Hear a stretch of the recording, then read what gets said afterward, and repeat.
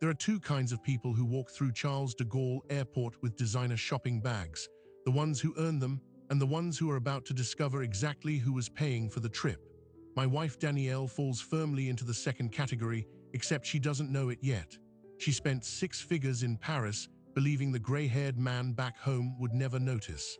She was wrong about that. She was wrong about everything. My name is Thomas Ashford. I'm 61 years old, and I've spent 35 of those years building a quiet fortune in commercial real estate that nobody in my neighborhood would ever guess at. I drive a 10-year-old Volvo. I buy my suits off the rack. Danielle, my wife of 12 years, never understood that part of me. She mistook patience for blindness and silence for permission. When the credit card alerts started lighting up my phone from Paris, I didn't call the bank. I didn't call her. I called my attorney, then my accountant, then I began quietly dismantling every financial structure that made her lifestyle possible. She's currently on a first-class flight home, believing she's returning to a penthouse and a platinum card. She's about to walk through a door into a life that no longer exists. Let me tell you about Danielle.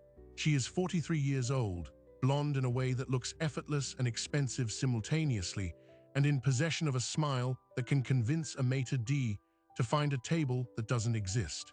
When I met her 12 years ago at a charity gala in Boston, she was working as an events coordinator for the foundation hosting it. She wore a navy dress that probably cost her 2 weeks' salary, and she moved through that room with the particular grace of someone who understood that the real currency in a room full of wealthy people isn't money, it's access.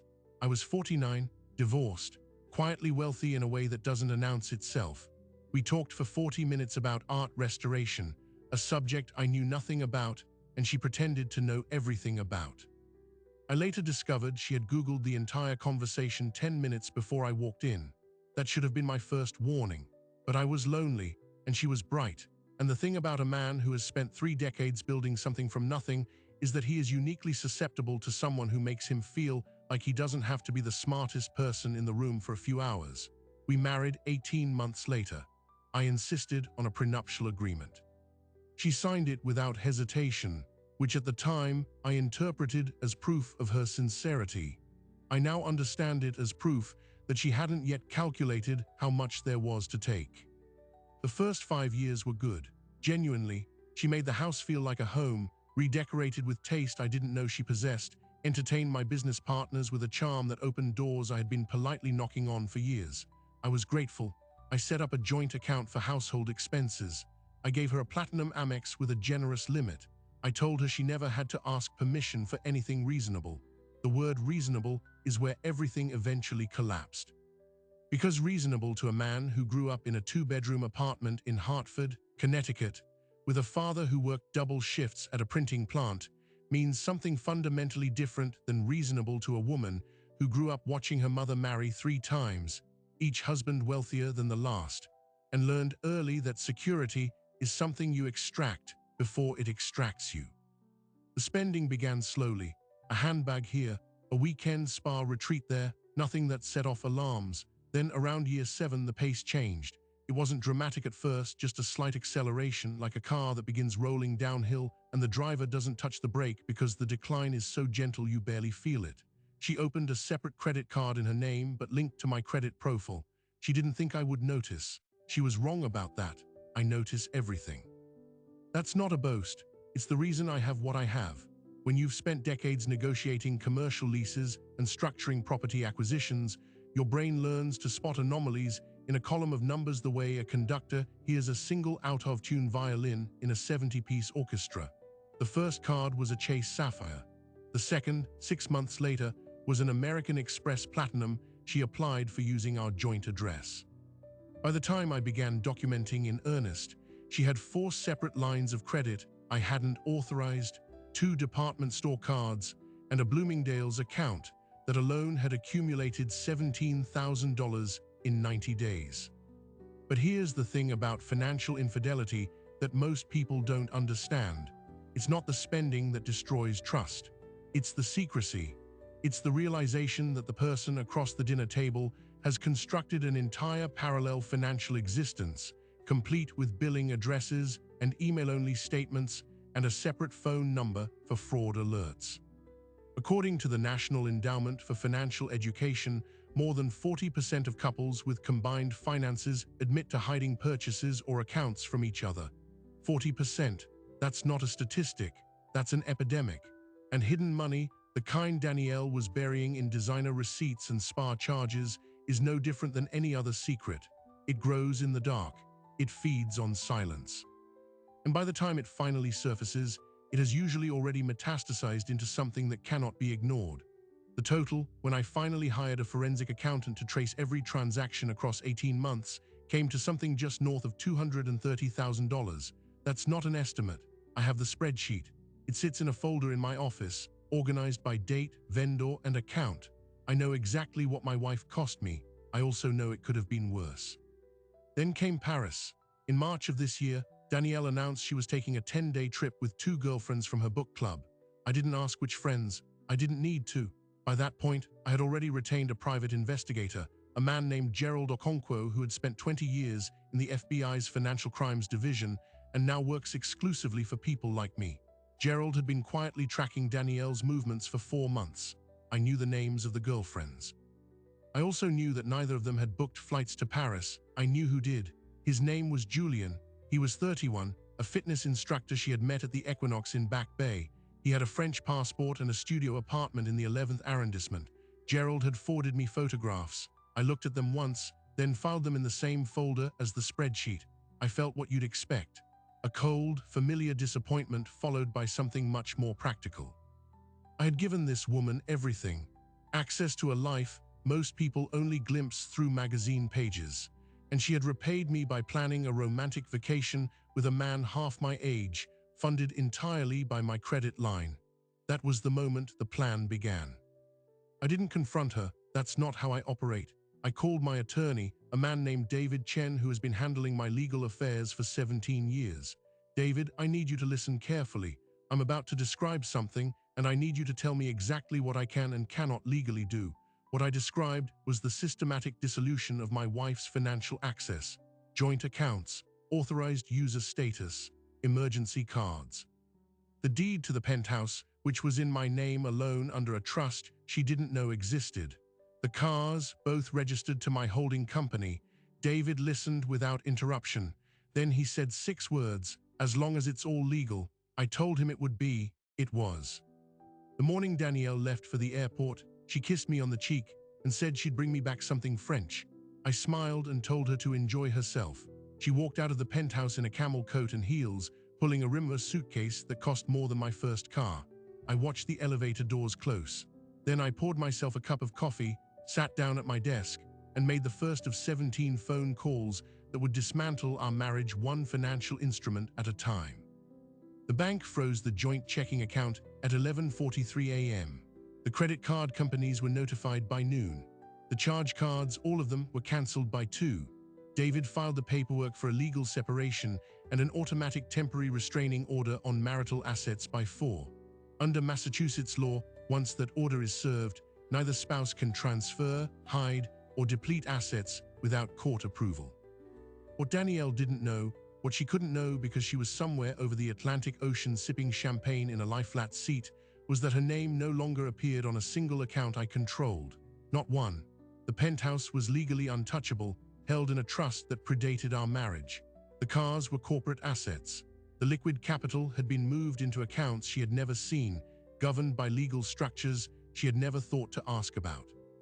I had spent 10 years building a financial fortress, and I had built it around her without her ever noticing the walls. On day 3 of her trip, she tried to purchase a handbag at Hermes on Rue du Faubourg Saint-Honoré. The card declined. She tried another. Same result. Her phone pinged with a text from me while she was standing at the register. It read, "Enjoy the rest of your trip. We'll talk when you get home." She called 17 times. I didn't answer. The thing about a woman who has spent 12 years mistaking silence for weakness is that when the silence stops, when it becomes something deliberate and irreversible, she has no framework for understanding what's happening. Danielle Ashford is currently on a flight back to Boston. She has no idea that the life she's returning to no longer exists. And I am not at the airport to greet her.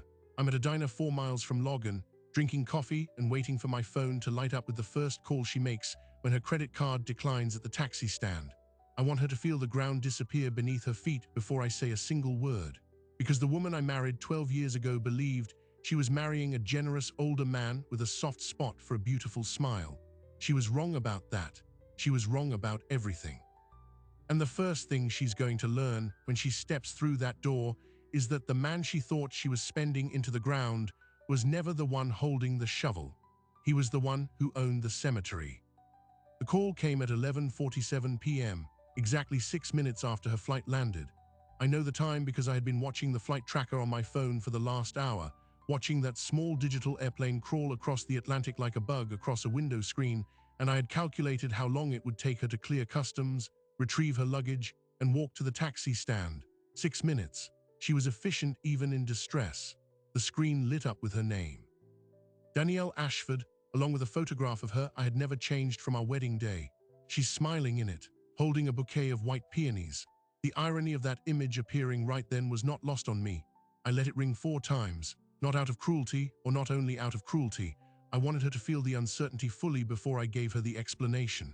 If you've made it this far into this story, you understand by now that every silence I offered that night was intentional. I answered on the 5th ring, Thomas. Her voice was tight, controlled, but underneath the control was something I recognized because I'd heard it once before on the night her mother died, a kind of high-pitched fragility held together by sheer will. My cards aren't working, none of them.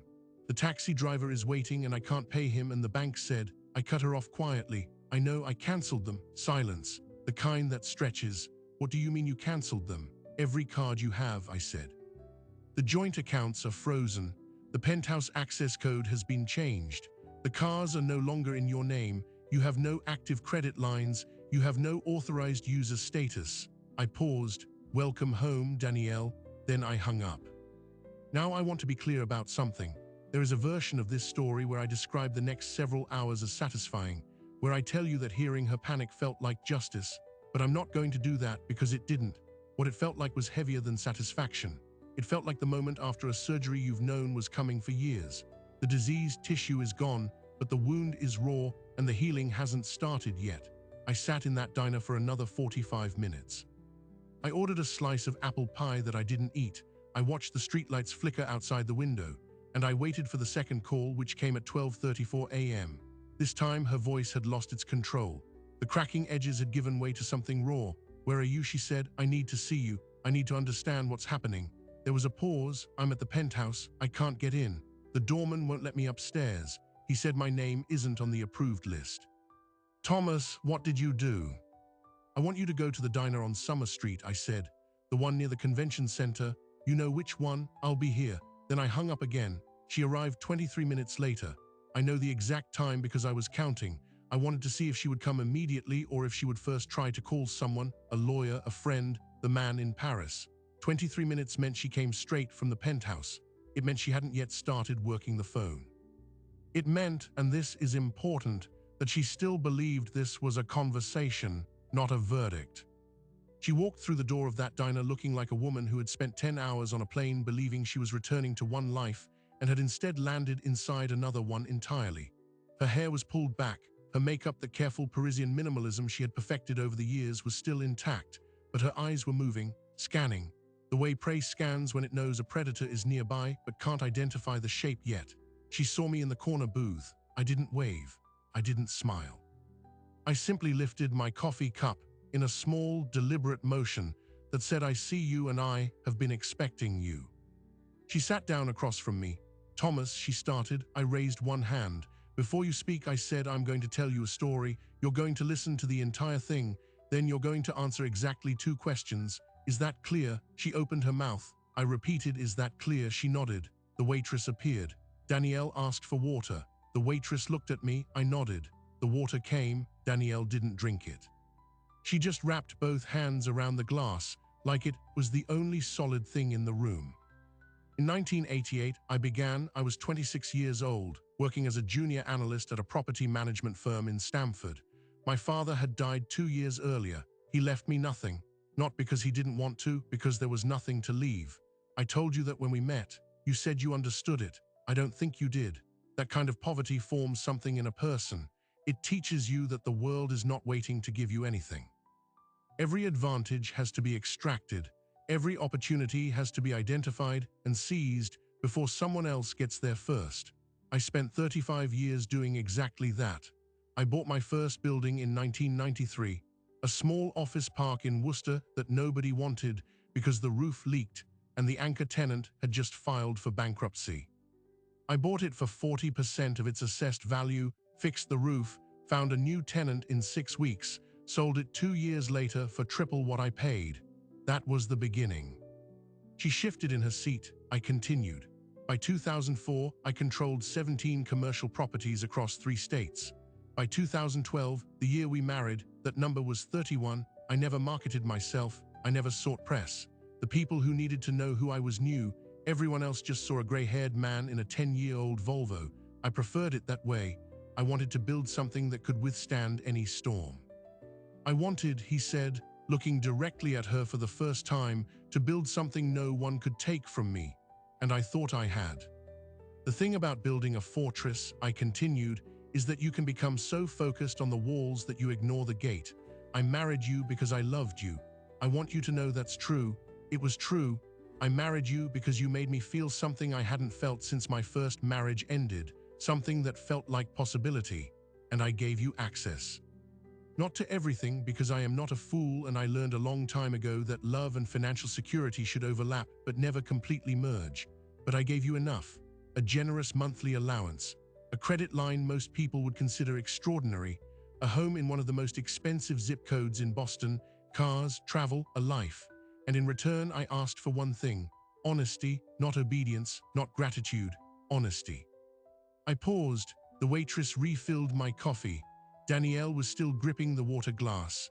She hadn't taken off her coat, a camel-colored Burberry I had bought her for her 41st birthday.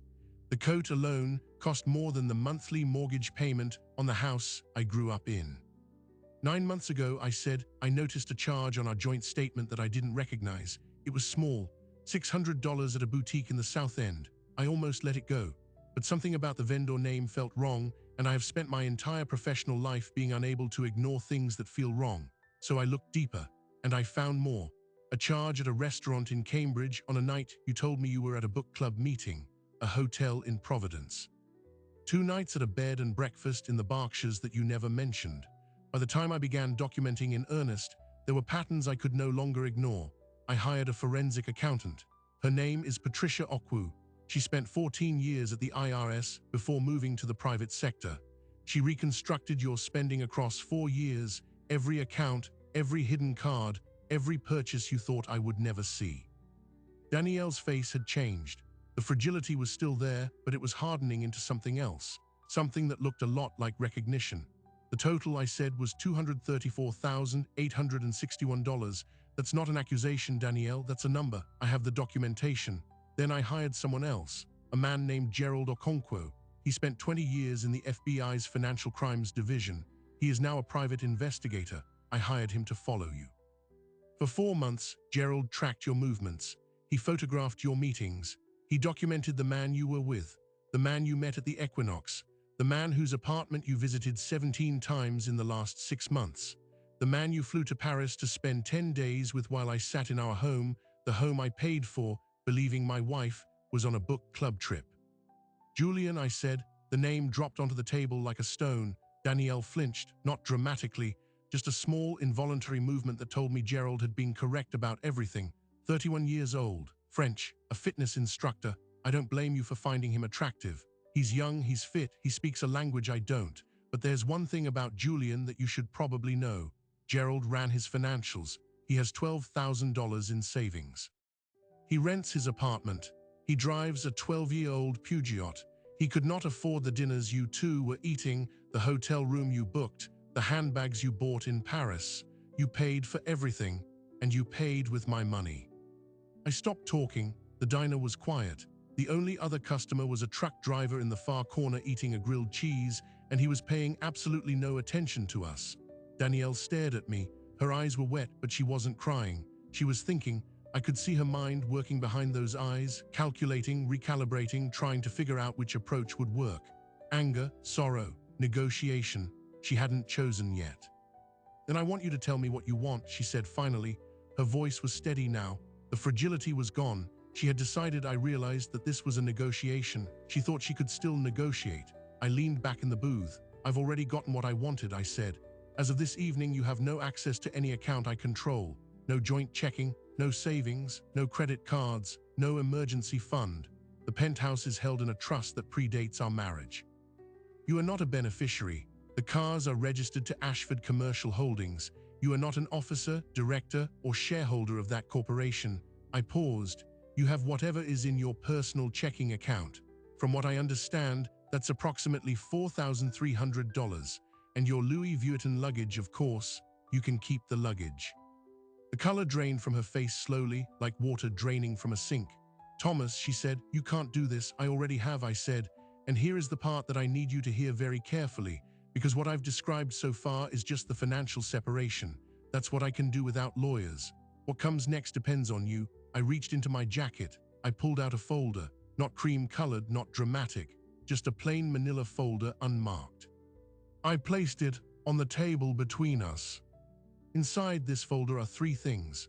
1. The forensic accounting report detailing every hidden account, every unauthorized credit card, every purchase you made using my credit profile without my knowledge. 2. The investigator's report with photographs of your meetings with Julian, timestamps, locations, a complete timeline of your affair.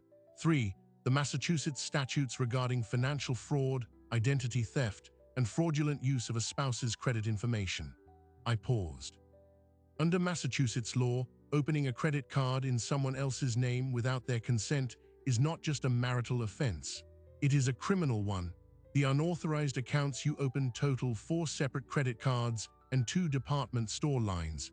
You used my social security number on at least 2 of those applications. That is identity fraud. That is a felony. Danielle opened her mouth.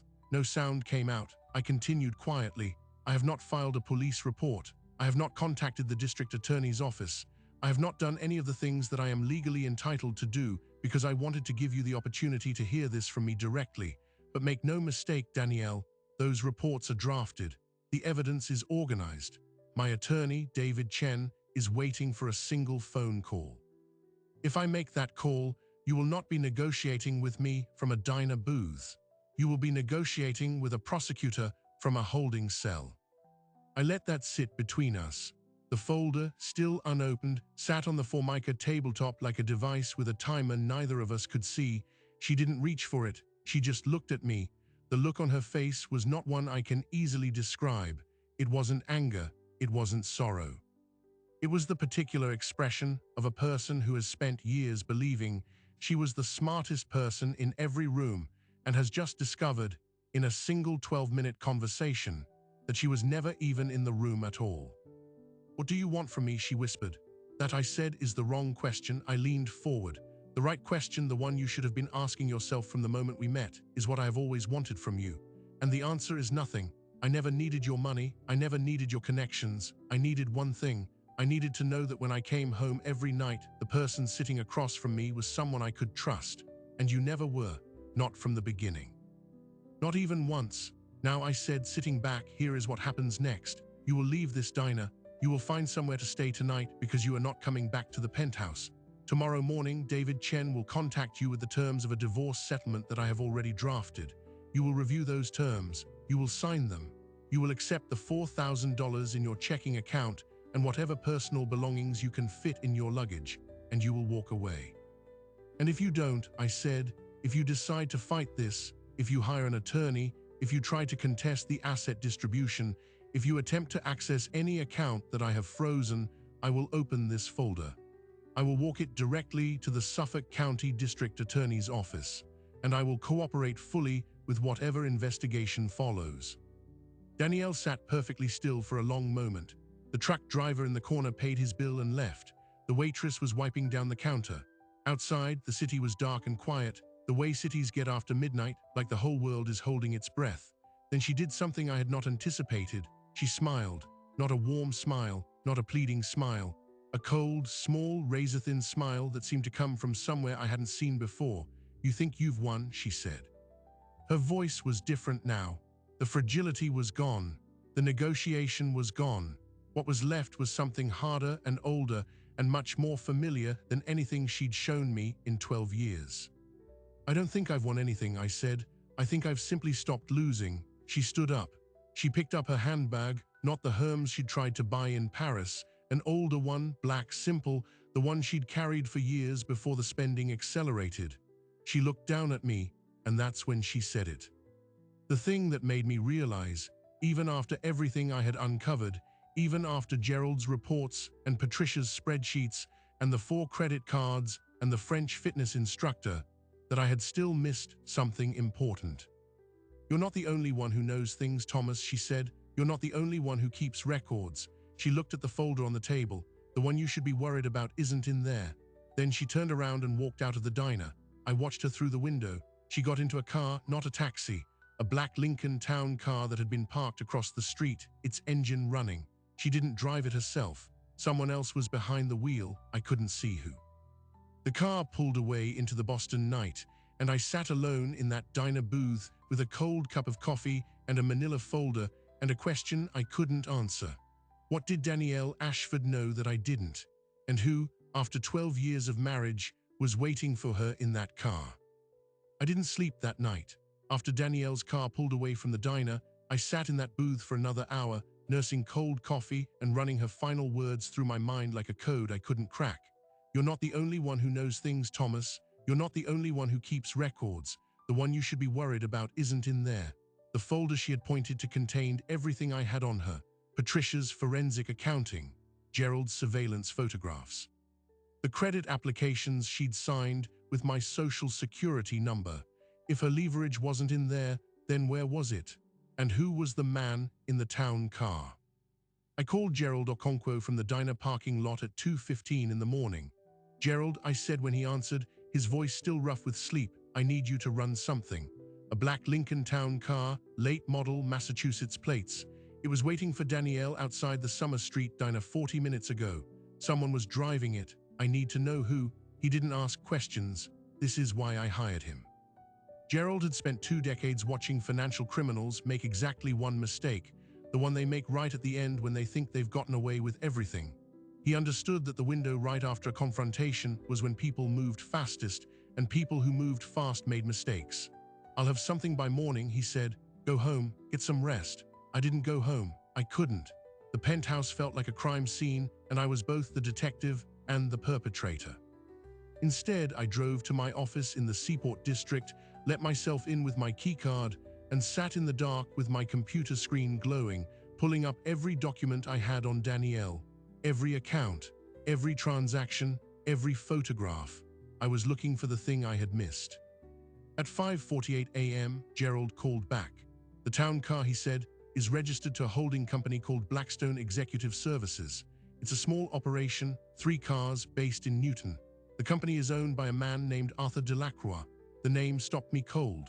Arthur Delacroix was a name I hadn't heard in nearly 15 years. He was a commercial developer who had tried to outbid me on a property portfolio in 2009, a portfolio I had wanted badly. He had the higher bid. He had the better financing. He should have won. But I had something Arthur Delacroix didn't have, which was a relationship with the bank officer handling the seller's distressed debt. I didn't bribe anyone. I simply made a phone call and pointed out that Delacroix's financing was contingent on an appraisal that had not yet been completed, while my offer was cash, guaranteed, and could close in 30 days. The seller chose certainty. Delacroix lost the deal. He lost 2 more deals to me over the next 3 years. By 2012, he had filed for personal bankruptcy. I hadn't thought about him since. Arthur Delacroix, I repeated. Gerald, what's the connection? Gerald paused. This is where it gets complicated, he said. Delacroix has a son, a stepson technically. Mother remarried when he was young, but he kept his biological father's name. The stepson is 31 years old, holds dual citizenship with France, and works as a fitness instructor at the Equinox in Back Bay. His name is Julian Moreau. I sat back in my chair. Julian, the man Danielle had been seeing. The man she flew to Paris to meet. He wasn't a random affair. He was Arthur Delacroix's stepson, and Danielle hadn't found him by accident. Arthur Delacroix had been waiting 15 years for a second chance at me, and he had found it inside my own marriage. Now you might be thinking that this is the part where I describe feeling outmaneuvered, where I admit that Arthur Delacroix had pulled off something brilliant. But here's what you need to understand about a man who has spent 35 years in commercial real estate. The people who win in this business, the ones who survive multiple recessions and hostile partners and legal challenges that would bankrupt lesser operators, don't win because they're smarter than everyone else. They win because they never stop preparing. I had never stopped preparing. And I had learned a long time ago that the person who comes for you rarely comes alone. They bring a team, they bring a story. And if you're patient, if you let them feel secure, they will eventually show you every piece of the board. I called David Chen at 7 o'clock that morning. David, I said, I need you to pull every court filing related to Arthur Delacroix. Bankruptcy, civil suits, anything he's been involved in for the last 15 years. Then I need the incorporation records for anything he currently owns. And I need to know whether Danielle's name appears anywhere in those records. David was silent for a moment. Thomas, he said carefully, if you're about to tell me there's a connection between your wife and a man you bankrupted 15 years ago, I need you to understand what that implies legally. It implies conspiracy to commit fraud, I said. It implies that the credit cards Danielle opened in my name, the spending, the hidden accounts, those weren't just financial infidelity. They were part of a coordinated effort to extract assets from me. And if that's true, then the criminal exposure isn't just hers, it's his. David agreed to pull the records. I spent the rest of the morning in my office, reviewing every file I had on the 2009 portfolio deal. I found the original correspondence.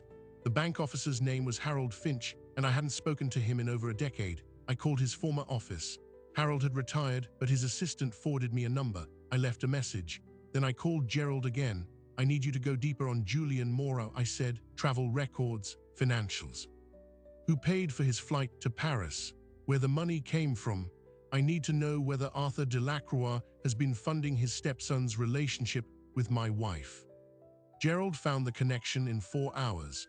Delacroix had emerged from bankruptcy in 2015 through a series of small private loans from investors I didn't recognize. By 2018, he had rebuilt a modest property management company focused on residential units in Newton and Brookline. Nothing that would ever appear on my radar, nothing that would compete with me directly. He was keeping his head down, biding his time. And then in 2021, he had hired an executive assistant, a woman in her late 30s with an events background and a talent for making wealthy men feel comfortable. Her name was Danielle Ashford. She was hired 8 months before she and I ever met at that charity gala. I stared at the email Gerald sent me. Danielle had been placed in my path. The gala, the navy dress, the Googled conversation about art restoration, all of it had been choreographed from the beginning. Arthur Delacroix had spent 6 years rebuilding his life, and then he had spent another 6 using my wife as an instrument of his revenge. But here's the thing about a conspiracy that takes 12 years to execute. It generates an enormous amount of evidence. Every meeting, every transfer, every conversation that was designed to stay hidden creates a footprint. And once you identify the first footprint, the rest become easier to find. I spent the next 3 days in my office with David Chen and Patricia Okwu, reconstructing the entire architecture of Delacroix's plan. Patricia traced the money. Danielle's hidden credit cards had been used not just for handbags and spa treatments, but for cash advances totaling over $80,000. Those advances had been deposited into an account that traced back through 2 shell companies to a property Delacroix was developing in Newton. She had been siphoning money from me through her hidden credit lines and funneling it directly into Delacroix's business. David traced the legal exposure. If we could prove that Danielle and Delacroix had conspired to open fraudulent credit lines in my name, if we could demonstrate that the cash advances were part of a coordinated scheme, then we weren't just looking at divorce court.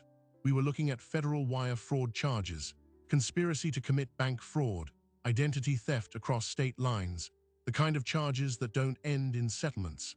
They end in prison sentences. David looked up from his notes on the 3rd afternoon. Thomas, he said, I need to ask you something honestly. Do you want to destroy these people, or do you want to resolve this quietly? Because what I'm looking at here is enough to refer to the U.S. Attorney's Office. But once we cross that line, we can't uncross it. I told him I needed 24 hours to think. I went home that night to the penthouse that now felt cavernous and strange without anyone else in it.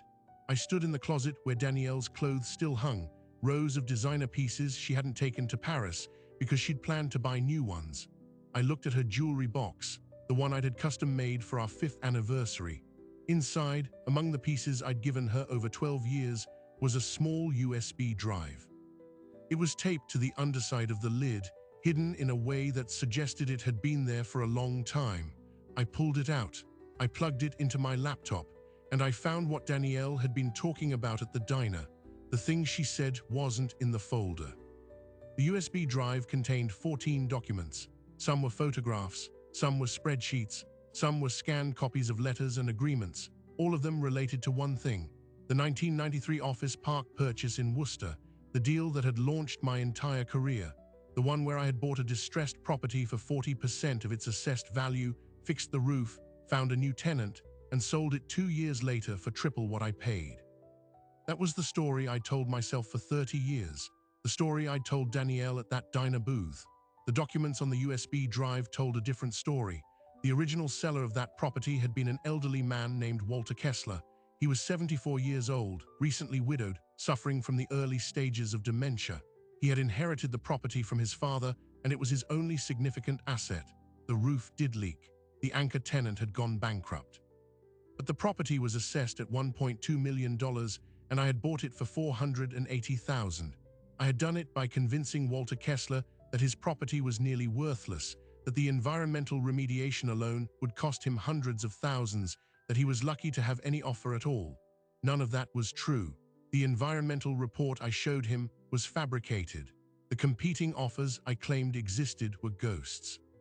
I had identified a vulnerable old man, and I had taken everything he had. The documents on the USB drive included the original environmental assessment, the real one, conducted by a firm I had hired, but whose report I had never shown to Walter. It showed no contamination. It showed no remediation required. It showed a property worth every penny of its assessed value and more. There were also letters between my attorney at the time and a junior associate who had raised concerns about the deal. Concerns that were ignored. Concerns that were buried. The junior associate was a young man named Arthur Delacroix. I sat in the dark of my bedroom, the laptop screen casting pale light across the room, and I understood for the first time why Arthur Delacroix had spent 15 years coming for me. I hadn't just outbid him on a portfolio in 2009. I had destroyed his career before it even started. He had been the junior associate on the Kessler deal. He had seen what I did. He had objected. And when I buried the real environmental report and closed the deal anyway, I had made sure he was fired for breaching client confidentiality. His career in commercial real estate was over before it began. Everything that came after, the failed bids, the bankruptcy, the 15 years of struggle, all of it traced back to that single moment when a 26-year-old Arthur Delacroix had tried to do the right thing, and I had made him pay for it. Danielle was right. The folder I'd placed on the diner table didn't contain the thing I should have been worried about. The thing I should have been worried about was me, the thing I had done, the man I had been. Walter Kessler died in 2001. He spent his final years in a state-run nursing facility, his assets gone, his dignity stripped. I had done that, not Delacroix, not Danielle, me. And somewhere out there, in a black Lincoln Town car that had driven away into the Boston night, was a woman who had spent 12 years gathering the evidence to prove it. I closed the laptop. I sat in the dark for a long time, and then I made a decision that surprised even me. I called David Chen. "David," I said, "I want you to draft a new settlement agreement for Danielle. Something has changed." There was a long pause on the other end of the line. "Thomas," he said cautiously, "what did you find?" "I found myself," I said, "and I think it's time I paid for it." The sun was coming up over Boston Harbor, pink and gold light spilling through the floor-to-ceiling windows of a penthouse I had bought with money I had earned by destroying a sick old man. And for the first time in 30 years, I didn't feel like the hero of my own story. I felt like the man who had been the villain in someone else's all along. I didn't leave the penthouse for 2 days. David Chen called 7 times. Gerald Okonkwo sent 3 emails. I ignored all of them. I sat with that USB drive on the coffee table in front of me, unplugged now, and I thought about Walter Kessler. I thought about the day I met him in that small house in Worcester, the one he'd lived in since 1952. He had photos of his wife on every wall. She'd been dead 6 months. He offered me coffee. I declined. I told him his building was contaminated, that the cleanup would bankrupt him, that the $480,000 I was offering was a gift. I watched his hands shake as he signed the papers. I was 26 years old, and I felt nothing but the satisfaction of a deal well struck. That memory had been locked in a room I never visited, and now the door was open and the light was pouring in, and everything in that room was still alive. On the third morning, I got dressed, got in my Volvo, and drove to a nursing home in Framingham. It was the facility where Walter Kessler had died. I had never been there before, but I had known its name for 30 years. I asked to speak with the administrator. A woman named Margaret came out, kind-faced, confused about why a man in a suit was asking about a resident who passed away 23 years ago. I told her I was a family friend of the Kesslers and I wanted to settle an outstanding debt. She looked at me strangely but pulled the records. The total cost of Walter's care for his final 7 years had been covered by an anonymous donor, she said. Payments had come quarterly from a trust no one could trace. The payments had started 6 months after I bought his building. I drove back to the city and I called Arthur Delacroix. I got the number from Patricia's file, the one she'd assembled on his current business. He answered on the third ring. He sounded older than I remembered, or perhaps I was just hearing him differently now. Arthur, I said, this is Thomas Ashford. There was silence. Then I wondered when you'd call. His voice was measured, not triumphant, not angry. The voice of a man who had been waiting so long that the waiting had become its own kind of existence. I need you and Danielle to meet me, I said. Neutral location. My attorney's office. Tomorrow, 10 in the morning. We have things to discuss, he agreed. The next morning, I sat in David Chen's conference room on the 34th floor with views of the harbor. David sat to my right. Across the table, Danielle and Arthur Delacroix sat together. It was the first time I'd seen her since the diner. She looked different. The expensive coat was gone. She wore a simple black sweater. Her face was bare of the careful makeup I'd watched her apply for 12 years. She looked younger and older at the same time. Arthur Delacroix was 67 years old, silver-haired, with the particular posture of a man who has spent decades carrying a weight that no one else could see.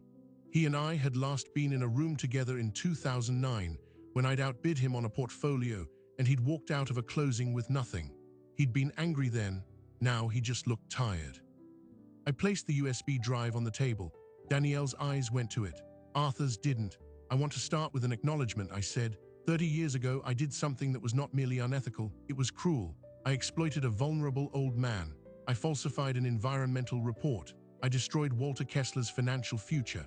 And when a young associate in my attorney's office raised objections, I made certain he was fired for his trouble. I looked at Arthur.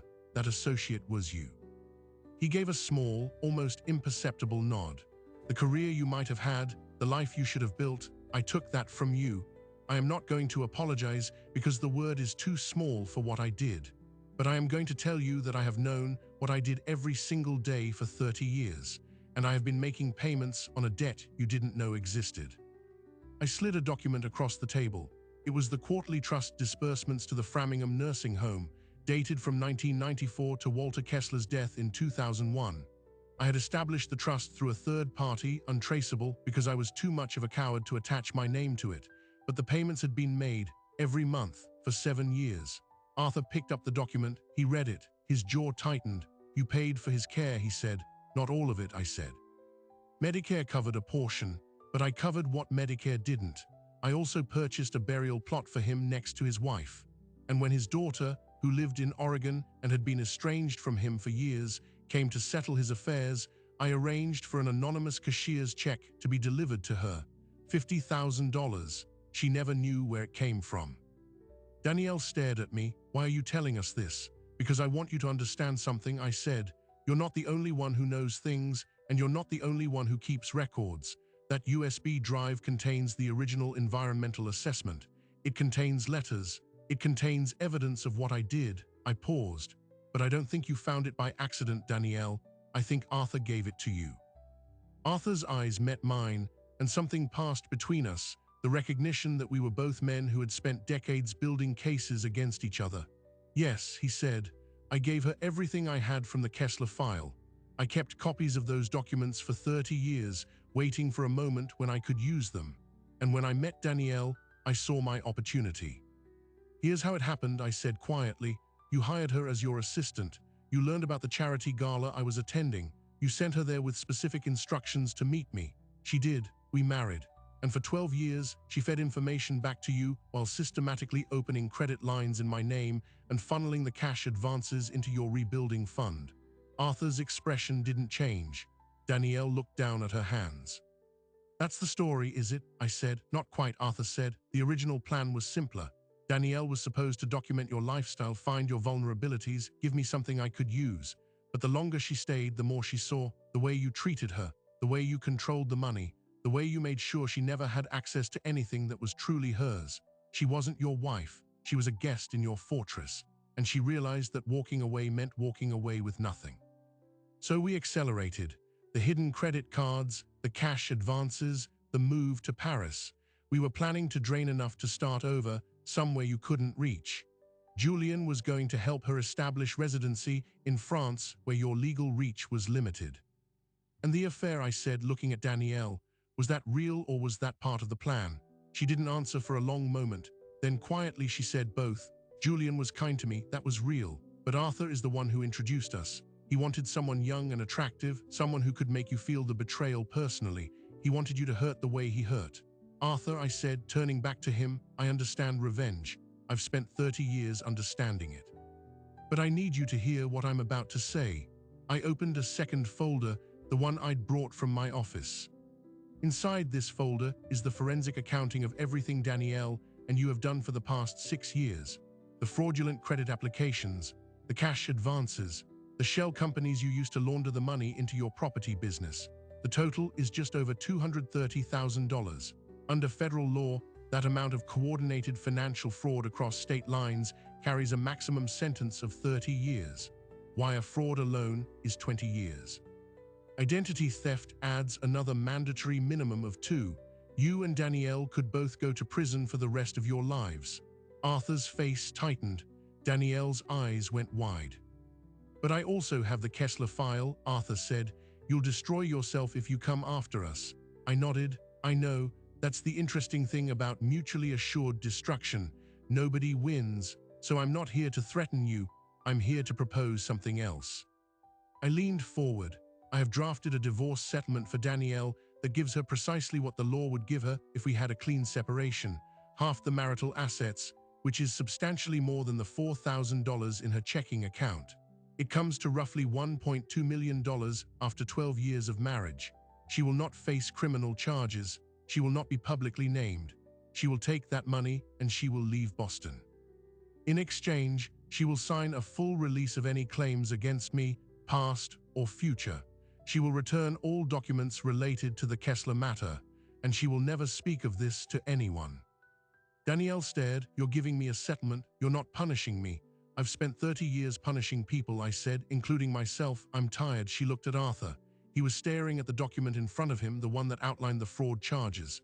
What about me, he said. You destroyed my career. You stole my life. Yes, I did. And you spent 12 years using my wife as a weapon. You conspired to commit bank fraud. You used your stepson as bait. You are not innocent, Arthur. You could have come to me at any point in the last 30 years and demanded a reckoning. Instead, you built an elaborate revenge that dragged everyone into the wreckage. I'm offering you the same deal. Walk away. Dissolve your property company. Return the money that was funneled through Danielle. And in exchange, I will not refer this file to the U.S. attorney. I will also, and this is non-negotiable, make a donation of $500,000 in Walter Kessler's name to a foundation that protects elderly homeowners from predatory buyers.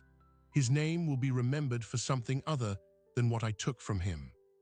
Silence filled the conference room. The harbor glittered outside the windows. David Chen, who had been silent the entire time, pushed his chair back slightly. Arthur looked at me with an expression I couldn't read. After a long moment, he said, Why are you doing this? You could win. You could bury both of us and take your chances with the Kessler file. You'd probably survive it. You've survived everything else. I could, I said, but I don't want to survive it. I want to be done. I looked at Danielle. You were right about something, I said. The one I should be worried about wasn't in that folder, it was me.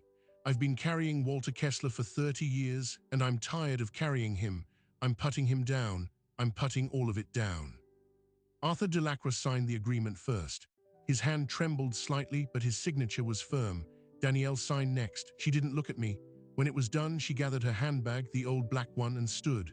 "Thomas," she said, "for what it's worth, I did love you at the beginning, before Arthur, before the plan.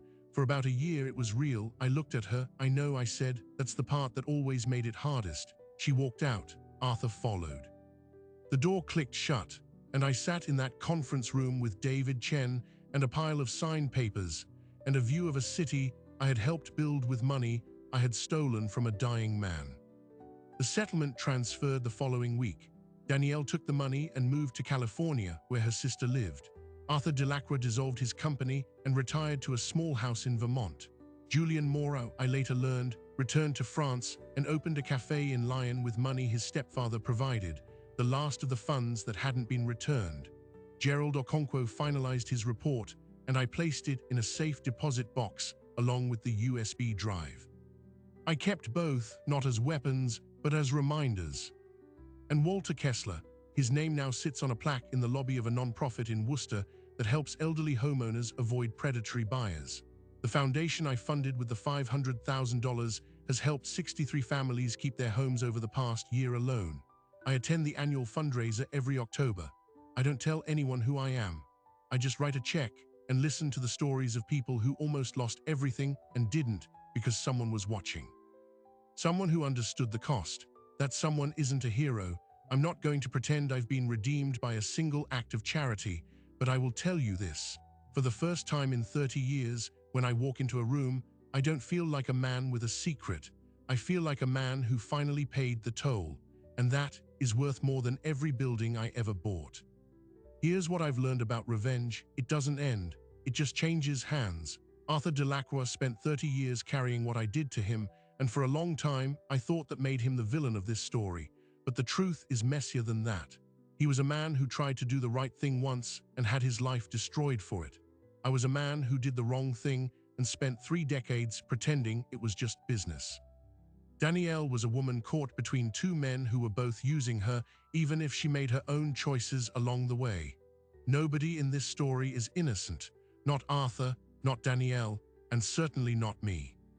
The financial infidelity that started all of this, the hidden cards, the secret accounts, the Paris trip funded on my credit, it was never really about the money. It was about something older and deeper. It was about a debt that had nothing to do with dollars. And that's the thing about secrets in a marriage. They're never just one secret. They're layers, they're histories. They're wounds that someone else inflicted before you ever met your spouse, and you end up paying the price for a war you didn't know you'd enlisted in. If you're watching this and you recognize something in it, the hidden accounts, the unexplained charges, the feeling that the person across the dinner table is living a financial life you know nothing about, pay attention. According to the National Endowment for Financial Education, more than 40% of couples hide financial information from each other. 40%. That's nearly half of all relationships walking around with a secret wallet. Financial infidelity is not less serious than any other kind of betrayal. It erodes the same trust. It leaves the same scars.